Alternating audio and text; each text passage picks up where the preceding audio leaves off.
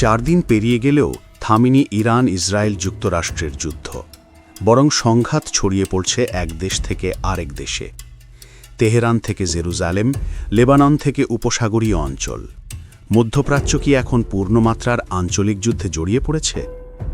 Israel ও যুক্তরাষ্ট্রের যৌথ হামলার পর শুরু হওয়া সংঘাত ক্রমেই ভয়াবহ রূপ নিচ্ছে। ইরানের বিভিন্ন শহরে বিমান ও ক্ষেপণাস্ত্র হামলার খবর পাওয়া যাচ্ছে। তেহরানের গুরুত্বপূর্ণ স্থাপনাসহ একাধিক অবকাঠামো ক্ষতিগ্রস্ত হয়েছে বলে দাবি করা হয়েছে।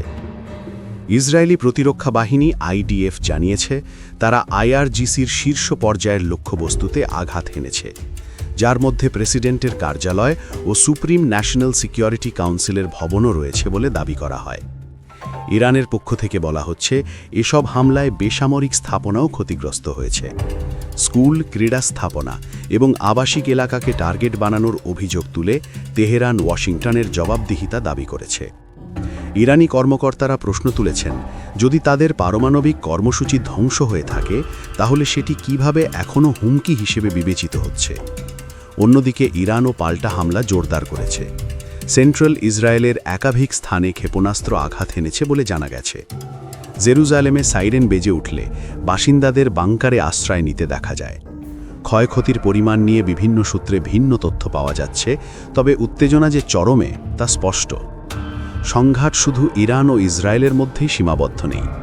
সংযুক্ত আরব আমিরাতের একটি তেল শিল্পাঞ্চলে ড্রোন হামলার পর অগ্নিকাণ্ডের ঘটনা ঘটেছে। ওমানের একটি ট্যাঙ্কেও হামলার খবর মিলেছে।